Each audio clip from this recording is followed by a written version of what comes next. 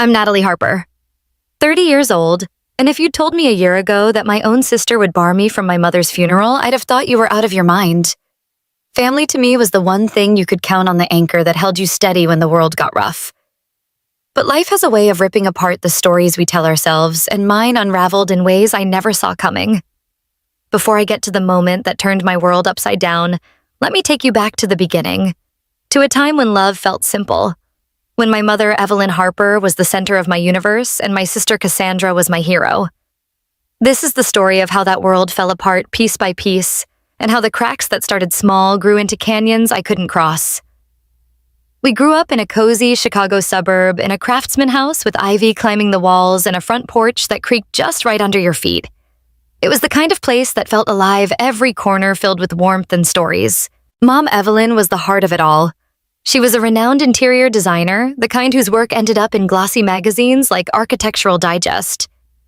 Her designs weren't just beautiful, they had soul, like she'd poured a piece of herself into every curve of a chair or sweep of a curtain. She had this laugh, big and unself-conscious, that could fill a room, and her hands were always smudged with charcoal or paint evidence of the sketches she'd been working on late into the night. To me, she was magic. A woman who could turn a blank space into a home, a canvas, into a story, a bad day, into something worth smiling about. Our house was her masterpiece. The living room had floor-to-ceiling windows that let in golden light, perfect for the afternoons we'd spend sprawled on the rug, sketching side by side. The dining table was where we'd build forts out of blankets, giggling as Mom pretended to be the monster trying to invade our castle. The backyard garden, her pride and joy, was a riot of color sunflowers towering over us.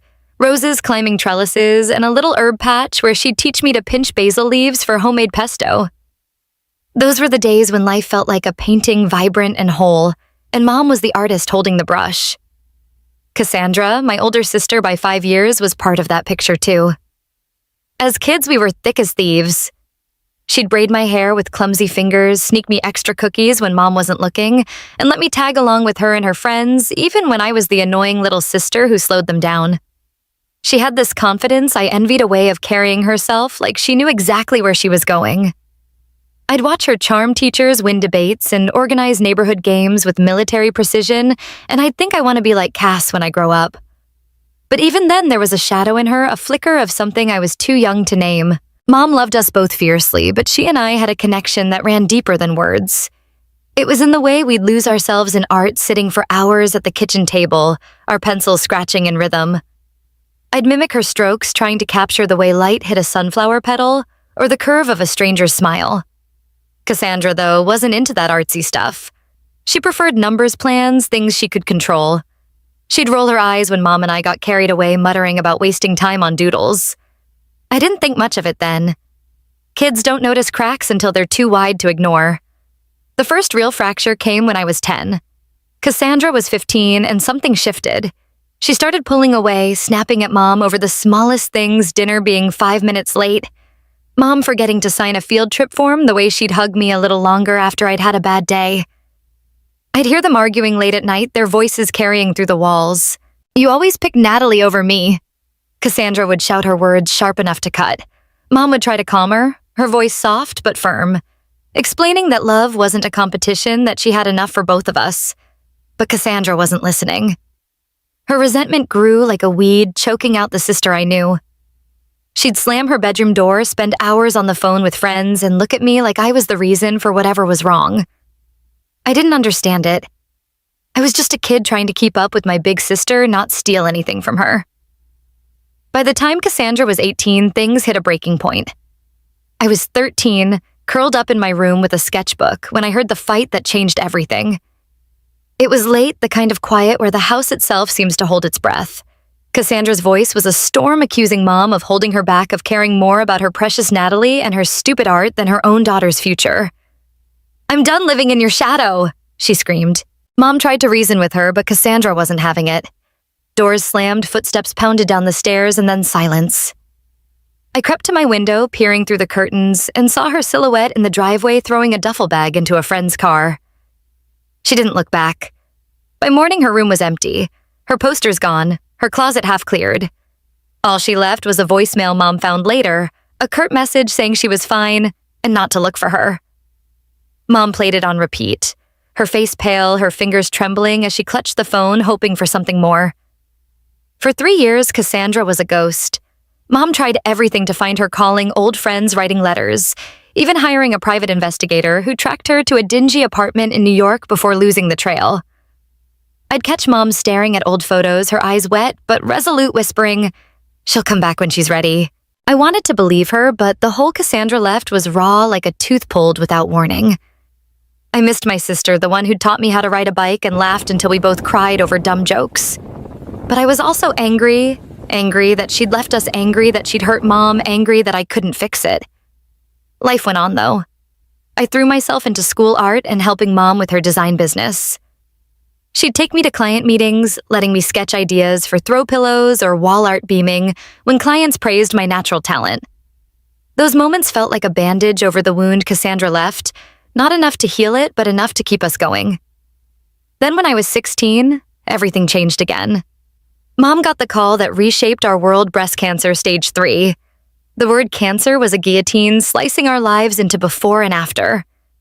The doctors were optimistic: surgery, chemo, radiation, a good chance of remission, but the fear was a constant shadow. I became Mom's shadow too. Sitting through chemo sessions with my sketchbook, cooking dinners that were barely edible. She'd eat them anyway, smiling like they were gourmet and reading to her when she was too tired to talk. I'd draw her in those moments, capturing the strength in her eyes even when her body betrayed her. "You're my warrior," she'd say, squeezing my hand. I didn't feel like a warrior. I felt like a kid terrified of losing the one person who made the world make sense. Cassandra reappeared when I was 17, showing up unannounced at our door like nothing had happened. She looked different, harder. Her eyes sharp and calculating, her clothes expensive but slightly off, like she was trying too hard. She claimed she'd been finding herself in New York, working odd jobs, figuring out who I am. Mom welcomed her with open arms, tears streaming down her face as she hugged her prodigal daughter. I stood back wary, my arms crossed. Something about Cassandra felt wrong, like she was playing a part. She stayed for a month, long enough to borrow a chunk of Mom's savings for some vague business opportunity and make promises she had no intention of keeping. She'd sit at the dinner table spinning stories about her glamorous life, but her eyes kept darting to Mom's jewelry, the art on the walls, the leather-bound planner where Mom tracked her finances. When she left again, it was abrupt, a quick "I'll call soon," tossed over her shoulder as she climbed into a cab. Mom didn't cry this time. She just hugged me and said, "We've got each other, Nat. That's enough." And for a while it was. High school flew by and I got a full scholarship to the School of the Art Institute of Chicago, one of the best art schools in the country. Mom was my biggest cheerleader, framing my sketches and bragging to her clients about my artist daughter. Even when the cancer went into remission, she never stopped living like every day was a gift. We'd have what she called adventure days, spontaneous trips to the Art Institute, picnics by Lake Michigan, or midnight drives to stargaze in the suburbs. She'd point at the sky and say, "Pick a star, Nat. That's yours to dream on." I'd laugh, but those moments stuck with me, little anchors in a world that felt fragile. Cassandra sent occasional texts, always vague, always with an excuse for staying away. "Busy with work," she'd say, or "I'll visit soon." Promise, I tried reaching out, sending her photos of my art, inviting her to my senior show. Her responses were cold one-word replies like nice or cool. I told myself it didn't matter. Mom was my family, my home, my everything. But deep down, I missed the sister I'd lost, the one who'd once been my partner in crime. I kept hoping she'd show up, that we'd find our way back to each other. I was wrong. The cancer came back when I was 25, more aggressive this time. Mom fought for 3 years, her body weakening, but her spirit unyielding. By my 28th birthday, we knew the end was near. I took a leave from my job at a small gallery downtown to care for her full-time. Those months were brutal, but precious, a gift I wouldn't trade for anything. We'd sit in her studio surrounded by her sketches and mine, talking about everything: art, love, regrets, the future I'd have to face without her. She'd hold my hand, her fingers frail but warm, and say, "You're my masterpiece, Natalie. Don't ever forget that." I'd nod, choking back tears, promising her I wouldn't. I thought I was ready for her to go, that I could handle the grief because I'd had time to prepare. But nothing prepares you for the moment the person you love most slips away, leaving a hole nothing can fill. Mom passed on a quiet Tuesday morning sunlight streaming through her bedroom window, painting her face in soft gold. I was holding her hand, whispering that it was okay to let go, that I'd be okay. Her breathing slowed, then stopped, and the silence was deafening, a weight that pressed against my chest until I couldn't breathe. I don't remember much of the next few days, just a blur of phone calls, paperwork, and a grief so heavy it felt like drowning. My best friends Mia and Ethan stepped in handling logistics while I wandered the house touching Mom's things like they could bring her back. Her favorite scarf still smelling of her jasmine perfume. The sketchbook on her desk half filled with ideas she'd never finish. The sunflower painting we'd done together hanging in her studio, its colors as vibrant as the day we'd painted it. I kept waiting for Cassandra to call to show up to share the weight of losing Mom. I texted her, left voicemails, even sent an email with the subject line, "Mom's gone." No response. I told myself she was processing, that she'd come when she was ready. But deep down, I knew better. Cassandra had always chosen herself, and this time would be no different. Still, I wasn't prepared for what came next, for the betrayal that would make Mom's death feel like just the beginning of the pain. That's where this story really starts, not with the love we had, but with the moment it was stolen from me. And the fight to take it back. The days after Mom's death were a fog, a relentless gray that swallowed everything but the ache in my chest. I'd wake up reaching for her, half expecting to hear her humming in the kitchen, only to remember she was gone. I was Natalie Harper, 30 years old, and I'd just lost the one person who'd made the world feel safe. But nothing. Not the grief, not the endless calls from funeral homes, not the weight of an empty house could have prepared me for what my sister Cassandra did next. She didn't just break my heart. She tried to erase me from Mom's story, turning her funeral into a stage for her own performance. This is the chapter where the betrayal unfolded, where I learned how far someone could go to claim what wasn't theirs, and where the first sparks of my fight for justice began to glow. Mom passed on a Tuesday, and by Friday, the reality of planning her funeral loomed like a mountain I didn't know how to climb. I was drowning in logistics, choosing a casket, picking flowers, writing an obituary that could somehow capture a woman who'd been larger than life. My best friends Mia and Ethan were my lifeline. Mia, a freelance journalist with a knack for organization, took over phone calls with vendors. Her voice steady even when mine wasn't. Ethan, a tech whiz who'd known me since high school, handled the website for Mom's memorial, uploading photos and setting up a guest book for condolences. They gave me space to grieve, but kept me moving, knowing that sitting still would let the pain swallow me whole. I wanted the funeral to feel like Mom's, simple, heartfelt, full of the things she loved. I pictured a small service in Lincoln Park where she'd taken me to sketch the skyline with sunflowers everywhere and her favorite jazz playlist in the background. It wasn't what she'd written in her will, she'd left those details vague, trusting me to know what felt right. But before I could even start, Cassandra stormed in and turned everything upside down. I hadn't seen my sister in years, not since her brief transactional visit when I was 17. So when she walked into Mom's house that Friday evening, I froze. She looked like a stranger who'd stepped out of a magazine, sleek bob haircut, tailored black coat, designer heels, clicking on the hardwood like a metronome. Her face was all sharp angles, now her eyes cold and assessing nothing like the sister who'd once braided my hair and laughed with me until we couldn't breathe. She hugged me, but it was stiff, like she'd rehearsed it for an audience. "I'm here now, Natalie," she said, her voice smooth as silk but laced with something I couldn't place. "We'll get through this together." I wanted to believe her, to cling to the idea that losing Mom might bring us back to each other. But there was a glint in her eyes, a calculation that made my skin prickle. I pushed the feeling down, chalking it up to grief. Surely she was here to mourn, to help, to be family. Within hours, Cassandra took over like a general claiming a battlefield. She sat at Mom's dining table, papers spread out like a war map, and announced she was the executor of Mom's will. She flashed a document, all official seals and legalese, that I was too numb to read closely. Mom appointed me last year, she said, her tone daring me to challenge her. "I'll handle everything, the funeral, the estate, all of it." I blinked, confused. Mom had never mentioned this, and we'd talked about everything during her final months. But grief makes you doubt yourself, and Cassandra's confidence was a tidal wave. Before I could ask questions, she was on her phone barking orders to some assistant I'd never met, planning a funeral that sounded nothing like Mom. By Saturday morning, she'd transformed the process into something unrecognizable. She booked a massive cathedral in downtown Chicago, the kind with stained glass and pews for hundreds. She ordered white roses by the truckload, Mom hated roses, said they were too fussy, and hired a string quartet to play Bach, which Mom would have called pretentious nonsense. I tried to speak up, my voice shaky but firm. Cass, this isn't what Mom would have wanted. She loved simple things, maybe a park, some jazz sunflowers. Cassandra didn't even look up from her laptop. You don't get to decide, Natalie, she snapped. I'm in charge and I know what's best. Mom deserves something grand, not some hippie picnic. Her words stung, but I was too raw to fight. Mia, sitting beside me, squeezed my hand under the table, her eyes narrowing at Cassandra. Ethan, pretending to check his phone, muttered, "This is a power trip, not a funeral." Over the next 2 days, Cassandra's vision took shape, and it was clear this wasn't about Mom. It was about her. She invited Mom's wealthy clients, old society friends, even distant cousins I hadn't seen in years, turning the funeral into a networking event. She posted about it on social media, her captions dripping with performative grief, honoring my beloved mother, Evelyn Harper, with the elegance she deserved. The comments poured in, praising her devotion, her strength.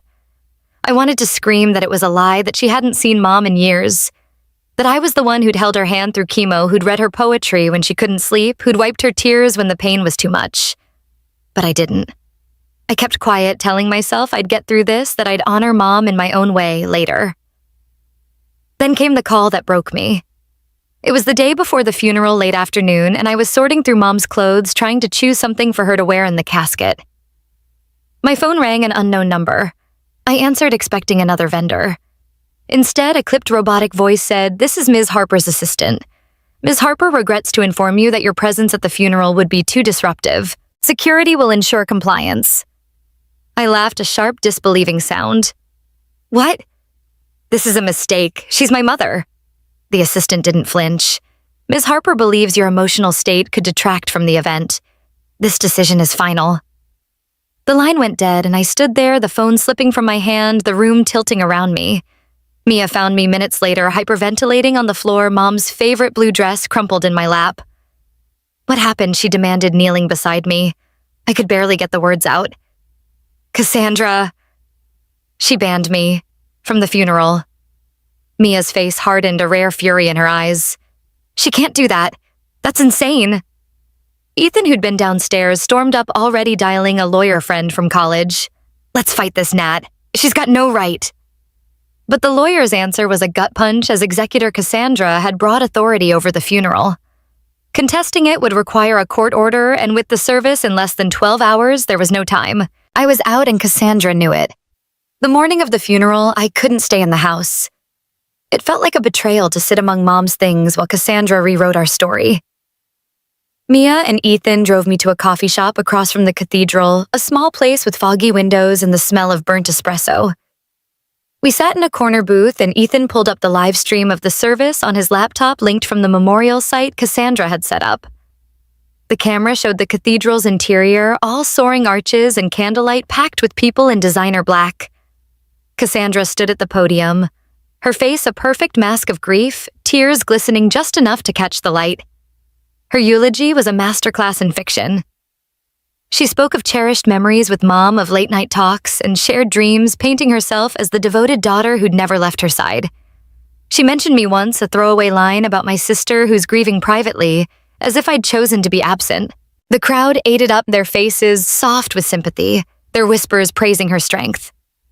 I sat there, coffee growing cold, my hands trembling in my lap. Every word was a knife carving me out of Mom's life. I wanted to run across the street barge into the cathedral and scream the truth that Cassandra had abandoned us, that I was the one who'd cared for Mom, that this was my loss too. But I didn't. I just watched the live stream flickering as Cassandra turned Mom's death into her own spotlight. Mia reached for my hand, her voice low. "She's not getting away with this, Nat. I promise." Ethan, scrolling through his phone, froze. Guys, you need to see this." He showed us a post from one of Mom's old clients, a photo of Cassandra at the reception laughing with a glass of champagne, captioned, "Evelyn's daughter is already planning to honor her legacy with the estate." Estate. The word hit like a thunderbolt. Mom had a trust fund, about $10 million built from her design firm's success. I'd never cared about the money, it wasn't Mom's legacy to me. But to Cassandra, it was everything. The pieces started falling into place. Cassandra's sudden return, her iron grip on the funeral, the way she'd sidelined me, it wasn't just about control. She was after the trust, and I was in her way. I thought back to the document she'd flashed, the one naming her executor. Had she manipulated Mom into signing it? Had Mom even known the questions churned, mixing with my grief until I felt sick? Ethan closed his laptop, his jaw tight. We need to find out what's in that will, Nat. If she's pulling this at the funeral, she's got bigger plans. Mia nodded, her journalist instincts kicking in. I'll start digging. She can't hide everything. That night, we went to Mom's favorite diner, a greasy spoon, where she'd taken me for late-night pancakes after art shows. We ordered burgers and fries, the kind Mom would have stolen from my plate with a grin. Over the meal, we shared stories about her, how she'd dance in the kitchen to Ella Fitzgerald, how she'd sneak sketches into clients' contracts just to make them smile. It helped a little to remember her that way, not as the saint Cassandra had invented. But the betrayal lingered a poison in my blood. Why would Cassandra do this? Was it just the money, or was it something deeper?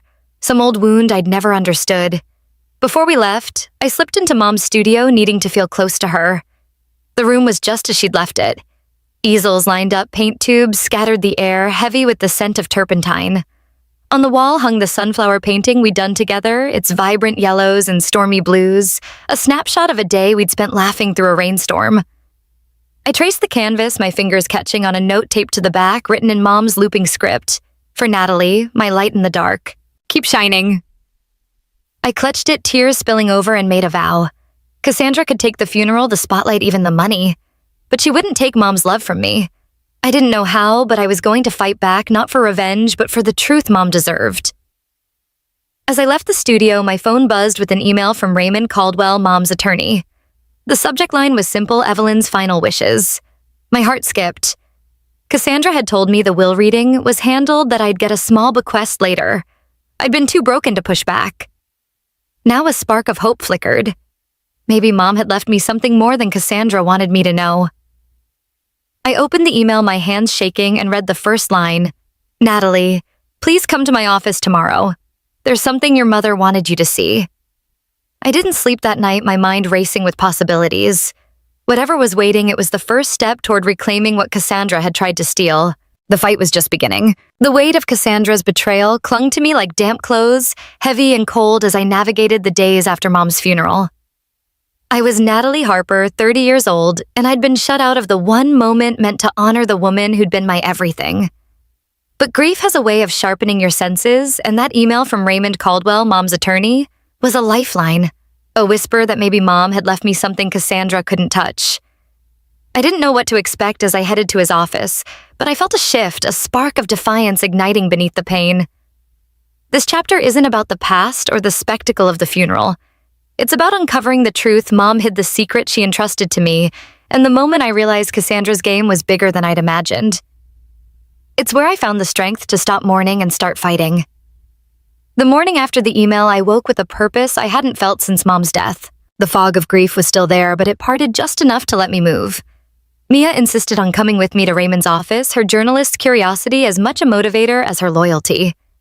If Cassandra's hiding something, we'll find it, she said, her voice firm as she tied her curly hair into a messy bun. Ethan wanted to join, but he was knee-deep in a coding project, so he sent me a text, "Kick ass, Nat. Call me after." Their support was a tether, keeping me grounded as I stepped into the unknown. I dressed carefully, choosing Mom's favorite scarf, a soft blue silk with tiny embroidered sunflowers, tying it around my neck like armor. I clutched the sunflower painting's note in my pocket. Mom's words. Keep shining, a quiet mantra as I drove into Chicago's Loop. Raymond's office was on the 20th floor of a sleek skyscraper, all glass and steel, a world away from Mom's cozy studio. The reception area smelled of leather and coffee, and a young assistant led us to a conference room with a view of Lake Michigan, its water glinting under a rare sunny sky. Raymond greeted me with a warmth that caught me off guard, his wire-rimmed glasses slipping down his nose as he clasped my hands. He was in his late 60s, silver-haired and slightly stooped, but his eyes were sharp, like he'd seen every kind of family drama and come out wiser. Evelyn was so proud of you, Natalie. He said, his voice soft but steady. She talked about you constantly, your art, your heart, your strength. I swallowed hard, the mention of Mom's pride slicing through me. Mia squeezed my arm, sensing the wave of emotion, and we sat at a polished mahogany table, a laptop, and a stack of folders in front of Raymond. He didn't waste time. "Evelyn left something for you," he said, adjusting his glasses. "Something she insisted you see alone, though I'm happy to have your friend here for support." He glanced at Mia, who nodded, her notebook already out, pen poised. "It's a video recorded 2 months before she passed. She was weak, but her mind was crystal clear. 2 doctors and a notary confirmed it just to be safe." His tone carried a warning, like he knew trouble was coming. My stomach twisted. Why the precautions? What had Mom been afraid of? Raymond dimmed the lights and opened the laptop, the screen flickering to life. "Take your time," he said, pressing play before stepping back. Mom's face filled the screen, and I gasped a sound that echoed in the quiet room. She was thinner than I remembered, her cheekbones sharp under pale skin, her dark hair replaced by a soft scarf. But her eyes, those warm hazel eyes, sparkled with the same fire that had lit up my childhood. She sat in her studio, the sunflower painting visible in the background, her hands folded calmly in her lap. The timestamp read 4 months ago when I'd still been at her side every day, unaware she was planning this. "Natalie, my darling," she began, her voice steady, despite its frailty. "If you're watching this, I'm gone, and I'm so sorry for the pain that brings you. You've been my rock, my joy, my reason to keep fighting. I need you to know that I see you every sacrifice, every moment you chose love over bitterness. You're my masterpiece, and I'm so proud of the woman you've become." Tears blurred my vision, and I gripped Mia's hand, her fingers tight around mine. Mom's words were a balm, soothing the raw wound of Cassandra's betrayal, but they also carried a weight, like she was preparing me for something. Her tone shifted, growing firmer, almost fierce. "There's something you need to know, Natalie, about your sister. Cassandra has always struggled with envy, a darkness I tried to help her overcome. I loved her as much as I love you, but her heart closed to me and to you long ago. When I got sick again, I saw her true colors. She came to me last year asking for money for control of my estate. I hoped she'd changed, but her questions were always about the trust, never about you or me. I knew then she'd try to take what isn't hers." I leaned forward, my breath catching.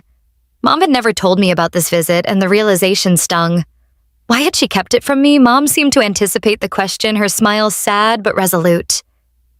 "I didn't tell you because I wanted to protect you, to let you focus on living, not fighting. But I couldn't leave you defenseless. That's why I changed my will with Raymond's help. The trust $10 million is split equally between you and Cassandra, $5 million each, to be managed by Raymond until you're 35. It's ironclad, witnessed, and notarized. But there's more." She paused, her eyes locking onto the camera as if she could see me through the screen. "In my safe behind the sunflower painting is a key to a private account with $500,000. It's yours alone, Natalie, to start your dreams, maybe that gallery you always talked about. Cassandra doesn't know about it, and she never will." My heart raced, a mix of shock and gratitude flooding me. The sunflower painting, the one I'd clung to since her death, wasn't just a memory, it was a secret, a gift. Mia scribbled furiously, her eyes wide, but I couldn't look away from Mom. Her voice softened, a tear slipping down her cheek. "One last thing, my darling. You're my legacy, not the money. Don't let anyone, especially your sister, dim your light. I've seen how she's tried to push you out to claim what's yours. Stand tall, Natalie. You're stronger than you know. I love you always." The screen went black and the room was silent except for my ragged breathing. I pressed my hands to my face, tears soaking my fingers. Mom's words echoing in my mind. She'd seen Cassandra's betrayal coming. She'd planned for it, protected me even as she was dying. Raymond cleared his throat, sliding a tissue box across the table. "There's more," he said, his voice gentle but firm. "Cassandra's been trying to access the entire trust. She presented documents claiming you relinquished your share, forged, of course. Evelyn suspected she might try something like this, so she had me install safeguards. The trust is locked, but Cassandra has been pressuring my office, claiming she's acting on Evelyn's wishes." He opened a folder, revealing a stack of papers, bank statements, emails, and a forged form with my signature, clearly not mine. "She's bold," he said, a hint of admiration in his tone, but sloppy. "These won't hold up in court." Mia leaned over, scanning the documents, her jaw tight. "She's been planning this for months," she muttered. "This isn't just greed, it's personal." I sat back, my mind spinning. The trust, the forgery, the private account. It was a lot to process, but one thing was clear. Cassandra wasn't just after money. She wanted to erase me to rewrite our family's story with her as the sole heir. The funeral ban wasn't an impulse. It was a calculated move to weaken me to make me feel like I didn't belong. But Mom had given me a weapon, her truth, her trust, her love. I looked at Raymond, my voice steady for the first time in days. What do we do now? He smiled, a glint of determination in his eyes. We fight. I've already frozen the trust to block her transfers, but we'll need evidence to prove the forgery and stop her for good. It won't be easy. She's got resources and no shame. Mia flipped her notebook shut, her expression fierce. I'm on it. I'll dig into her finances, her contacts, anything she's been hiding. If she's forging documents, there's a trail. I nodded, grateful for her fire, but my mind was elsewhere on the sunflower painting on the safe on the key Mom had left me. I need to check the safe, I said, standing abruptly. Raymond handed me a sealed envelope. Evelyn asked me to give you this after the video. It's the combination and instructions for the account. Be careful, Natalie. Cassandra's desperate and desperate people do dangerous things. I took the envelope, its weight grounding me, and thanked him. As Mia and I left the city buzzing below us, I felt a shift. Grief was still there, but it was no longer just pain. It was fuel. That evening, I went to Mom's house alone, needing the quiet to process everything. The studio was dark, the air thick with memories. I pulled the sunflower painting from the wall, its frame heavier than I remembered, and found the safe hidden behind it, just as Mom had said. My hands trembled as I entered the combination from her letter my birthday, followed by hers. The safe clicked open, revealing a small key, a bank card, and a folder with account details. $500,000 in my name, untouchable by Cassandra. Tucked inside was another note in Mom's handwriting. Build something beautiful, Natalie. For you, for me, for the world. I clutched it to my chest, a sob breaking free, not from sadness, but from gratitude. Mom had known I'd need this, not just the money, but the reminder of who I was. I called Mia and Ethan, and they came over, pizza in hand, ready to plan. Ethan, ever the skeptic, read through the account details, whistling. This is airtight, Nat. She can't touch it. Mia, pacing, was already mapping out our next steps. We need to catch Cassandra in the act, more evidence, something undeniable. I'll start with her social media, see who she's been cozying up to. I nodded, but my focus was on the key, small and silver, glinting in the lamplight. It wasn't just access to money. It was access to Mom's faith in me, her belief that I could rise above Cassandra's schemes. I thought about the gallery I'd dreamed of, a space for artists like me, for kids who needed art to heal. That dream felt closer now, tangible, but only if I could stop Cassandra first. As we sat in Mom's studio, plotting over pepperoni and soda, I felt a strange calm. Cassandra thought she'd won, thought she could bully me into submission, but she'd underestimated two things: Mom's love and my resolve. The video had given me more than a secret, it had given me a mission. I wasn't just fighting for my share of the trust. I was fighting for Mom's truth, for the legacy she'd entrusted to me. Cassandra had played her hand, but the game wasn't over. Mom had dealt me an ace, and I was ready to play. The discovery of Mom's video and the secret account had lit a fire in me, transforming my grief into a focused determination. I was Natalie Harper, 30 years old, and I'd been pushed out of my mother's funeral by my sister Cassandra, who was now trying to steal the $10 million trust Mom had left us. But Mom's final gift, her truth, her foresight, and a hidden $500,000 gave me the tools to fight back. This chapter isn't about memories, betrayal, or secrets uncovered. It's about the battle that followed a gritty, calculated war against Cassandra's lies. It's where I learned that justice isn't just about winning, it's about choosing who you become in the fight. With my friends and Mom's attorney by my side, I dove into a world of evidence, confrontation, and hard truths, ready to reclaim what was mine and honor the woman who'd made me whole. The weeks after seeing Mom's video were a blur of strategy and sleepless nights. Raymond Caldwell. Mom's attorney became my anchor, his oak-paneled office a war room where we mapped out our counterattack. He'd frozen the trust to block Cassandra's forged transfer, but she was relentless, bombarding his office with calls and legal threats. She's hired a shark, Raymond warned, sliding a business card across his desk. It belonged to Victor Grayson, a Chicago lawyer known for bending ethics to win inheritance disputes. Grayson's expensive and ruthless. Cassandra's betting on outlasting you. I nodded my jaw tight. I wasn't backing down, but the stakes felt higher now, the fight dirtier. Mia and Ethan were all in, turning my apartment into a makeshift command center. Mia's dining table was buried under laptops, coffee cups, and stacks of printouts, bank records, emails, anything that might expose Cassandra's scheme. Ethan, hunched over his computer, was digging into digital shadows, chasing leads Mia's journalistic instincts uncovered. "We're the Avengers, Nat," he joked, but his eyes were serious. This wasn't just about money. It was about righting a wrong that had festered too long. Our first move was to build an airtight case. Raymond needed hard evidence to prove Cassandra's forgery and intent, something that would hold up in court. Mia took the lead, her network of contacts from years of investigative reporting, proving invaluable. She started with Cassandra's social media, a curated gallery of performative grief and high society schmoozing. "Look at this," she said, pointing to a photo of Cassandra at a charity gala arm in arm with a wealthy real estate mogul. The caption read, "Honoring my mother's legacy with new ventures." The date was 3 days after the funeral. "She's already pitching herself as the heir," Mia said, disgusted. "She's leveraging Mom's name to charm investors." I felt a surge of anger, but Mia was methodical, cross-referencing names and dates, building a timeline of Cassandra's moves. Ethan's tech skills gave us an edge. He'd found an old email account Cassandra used, one she thought was dormant. "People never really delete anything," he said, grinning as he cracked the password, her high school mascot predictably lazy. The inbox was a goldmine. We found messages to a shady accountant named Derek Voss discussing how to redirect the trust funds before my sister causes trouble. One email sent the day before the funeral was chilling. "Natalie's too emotional to fight. When she's out of the picture, we'll have full control." I stared at the screen, my hands trembling. This wasn't just greed. It was a calculated plan to erase me. Ethan printed the emails, his face grim. "This is enough to nail her, but we need more, something physical like bank records or a witness." That's when Lila came into the picture.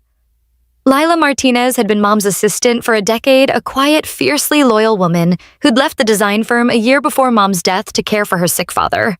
She reached out after seeing a local news story about the Harper family feud, a sensationalized piece that mentioned my exclusion from the funeral.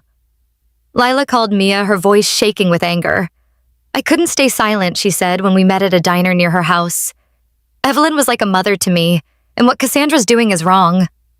Over coffee, Lila revealed she'd attended the funeral standing in the back, unnoticed by Cassandra's entourage. She'd overheard Cassandra bragging to a client about securing the estate and tying up loose ends. Lila's eyes narrowed as she handed me a USB drive. I kept everything: emails, memos, even a recording of Cassandra asking me to shred financial documents last year. I didn't do it. I knew Evelyn wouldn't want that. The USB was a bombshell. It contained emails from Cassandra to Lila sent during Mom's final months, pressuring her to destroy records of the trust structure. There was a grainy audio file, Lila's phone capturing Cassandra's voice, Evelyn's too sick to notice, and Natalie's clueless. Just get rid of the old statements. Lila's testimony, combined with the emails and audio, was devastating. Raymond's face lit up when I brought him the drive. "This is a game changer," he said, already drafting a motion to present the evidence in court. "But we need to move fast. Grayson's pushing for a quick settlement, hoping you'll cave under pressure." Court was a beast I wasn't prepared for. The Cook County Courthouse was a maze of marble and echoes, every step amplifying my nerves. The hearing was set for a preliminary injunction to keep the trust frozen while we built our case. Cassandra sat across the courtroom, her face a mask of wounded innocence, her designer suit pristine. Grayson, sleek and predatory, painted me as a greedy opportunist, claiming I'd manipulated Mom in her final days to secure a larger share. "Sustas. Harper is emotionally unstable," he said, gesturing to me with mock pity. "She's lashing out at her sister, who's only trying to honor their mother's wishes." It was a lie so blatant it hurt. But the judge, a stern woman with steel gray hair, listened impassively. Her pen scratching notes. Raymond countered with precision, presenting the forged document with my signature, a clumsy imitation that didn't match my looping scrawl. He played Mom's video, and the courtroom went silent, Mom's voice filling the space with quiet strength. Cassandra's facade cracked as Mom exposed her envy, her greed, her betrayal. The judge's eyes narrowed, and I saw Grayson shift uncomfortably. When Raymond submitted Lila's evidence, the emails, the audio, the timeline of Cassandra's actions, the room felt charged like the air before a storm. Cassandra's lawyer tried to dismiss it as circumstantial, but the judge wasn't buying it. She granted the injunction, keeping the trust frozen, and scheduled a full trial for 3 months later. "This court takes allegations of fraud seriously," she said, her gaze pinning Grayson. "I expect both sides to come prepared." Outside the courthouse, Cassandra cornered me in the hallway, her composure shattered. Her eyes were wild, her voice low and venomous. "You think you're better than me, don't you? Mom always loved you more, and you're still milking it." I stood my ground, Mom's words echoing in my head. "Stand tall." For the first time, I saw Cassandra clearly not as my sister, but as someone consumed by her own pain, lashing out because she couldn't face herself. "She loved you too, Cass," I said, my voice steady. "You just couldn't see it." She flinched like I'd struck her and stormed off Grayson, trailing behind like a scolded dog. Mia, waiting nearby, hugged me fiercely. "You were amazing in there," she said. Ethan, who'd watched from the gallery, grinned. "She's toast, Nat. We've got her." But the victory was bittersweet. The trial was months away and Cassandra wasn't done. She escalated, sending threatening letters through Grayson, claiming I'd stolen Mom's love and now her inheritance. She even called my boss at the gallery, spinning lies about my instability, until I had to take a leave to avoid drama. The stress was crushing, but Mom's note, "Build something beautiful," kept me going. I spent evenings sketching ideas for the gallery I'd open, with her $500,000 a space for artists who'd been overlooked for kids who needed art to survive. It was a dream that felt distant but possible, a beacon through the chaos. Then came a curveball. Mia's digging uncovered something we hadn't expected. Cassandra had a partner in her scheme. Derek Voss, the accountant from the emails, wasn't just a hired gun. He was her boyfriend, a sleazy opportunist with a rap sheet for embezzlement. They'd been working together for over a year, siphoning small amounts from Mom's accounts during her illness, betting she wouldn't notice. Mia found bank records linking Voss to offshore accounts, and Ethan traced payments from Cassandra to Voss's shell company. It was the final nail in her coffin, but it also raised the stakes. "These aren't amateurs," Ethan warned. "If they're desperate, they might do something stupid." Raymond agreed, advising me to install security at my apartment and Mom's house. I hated living like that, looking over my shoulder, but I wasn't taking chances. As the trial loomed, I knew I needed to confront Cassandra, not just in court, but face to face.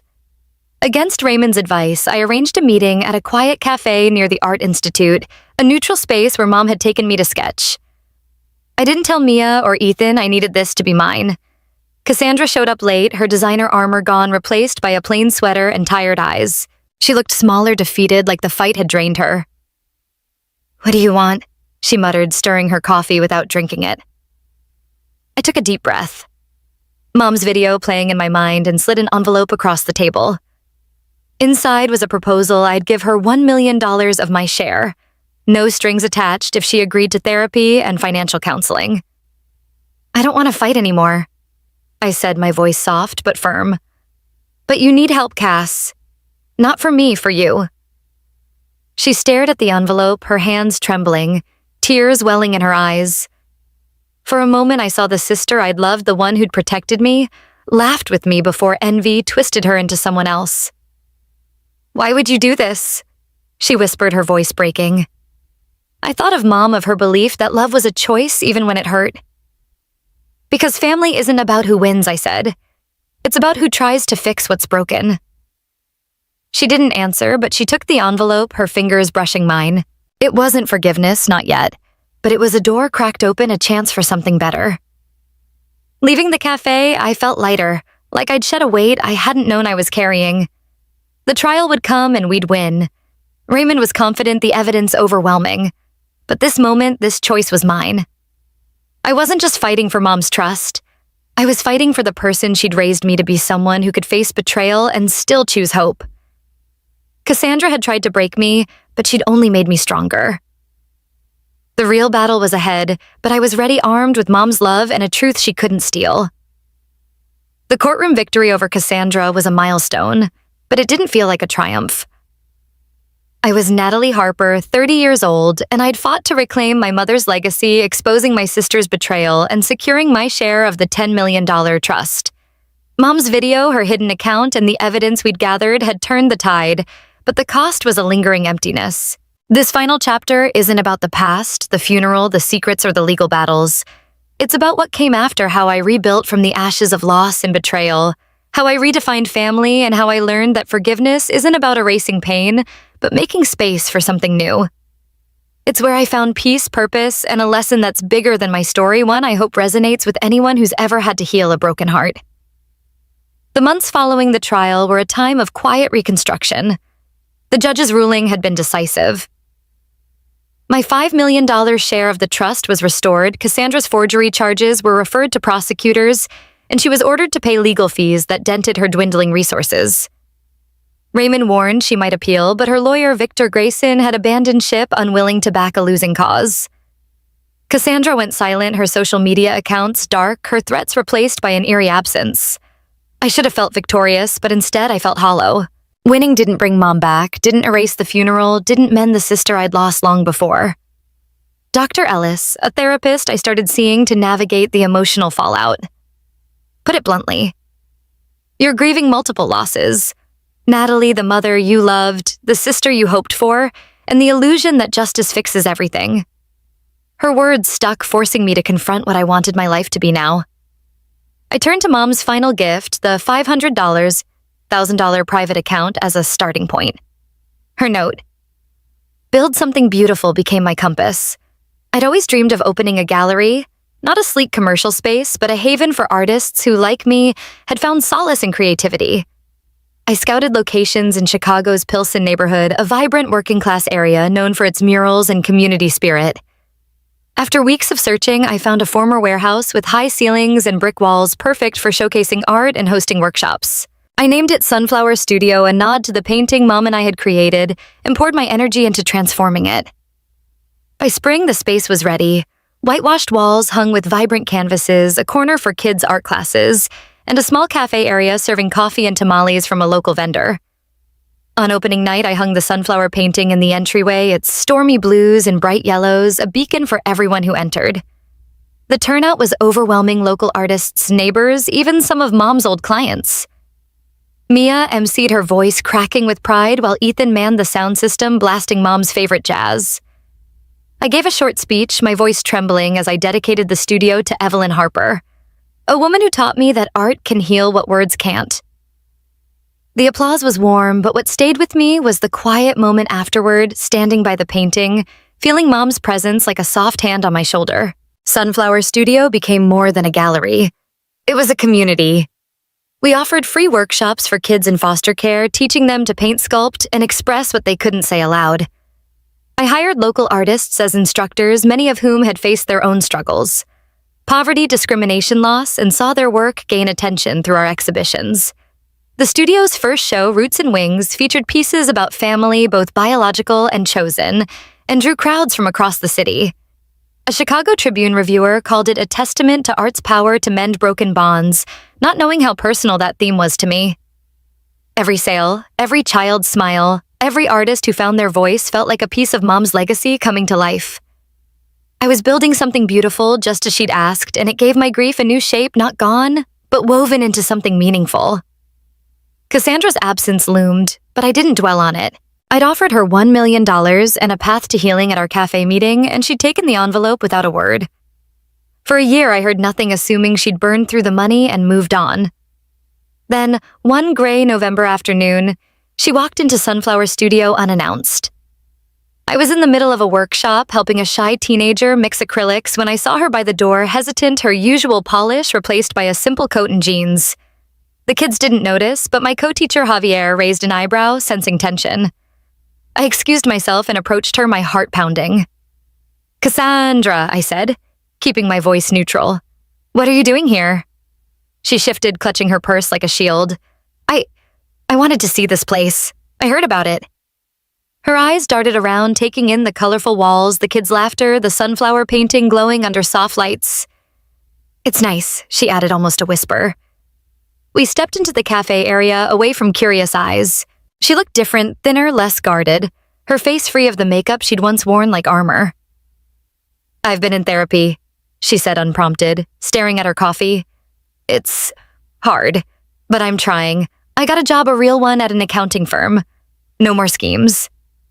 I nodded, unsure what to say. This wasn't the Cassandra who'd banned me from Mom's funeral, but it wasn't my childhood sister either.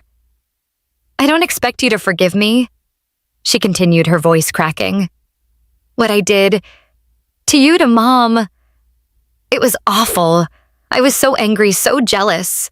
I thought if I had the money, it'd fix everything. But it didn't."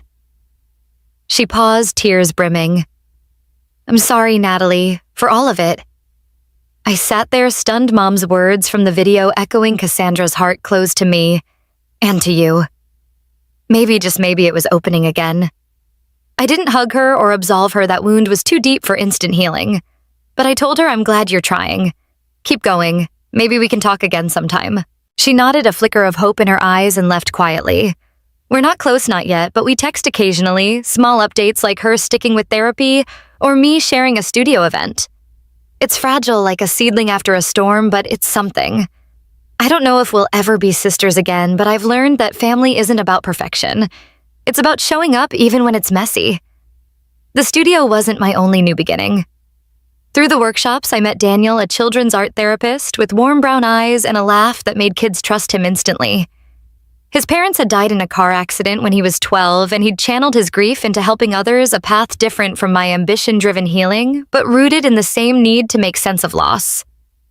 We started as collaborators designing programs for at-risk youth, but our late-night planning sessions turned into long talks about life, love, and the families we'd built from scratch. With Daniel, I didn't hide my scars, the abandonment, the betrayal, the fear of being left again. He didn't flinch, just listened, sharing his own stories of rebuilding.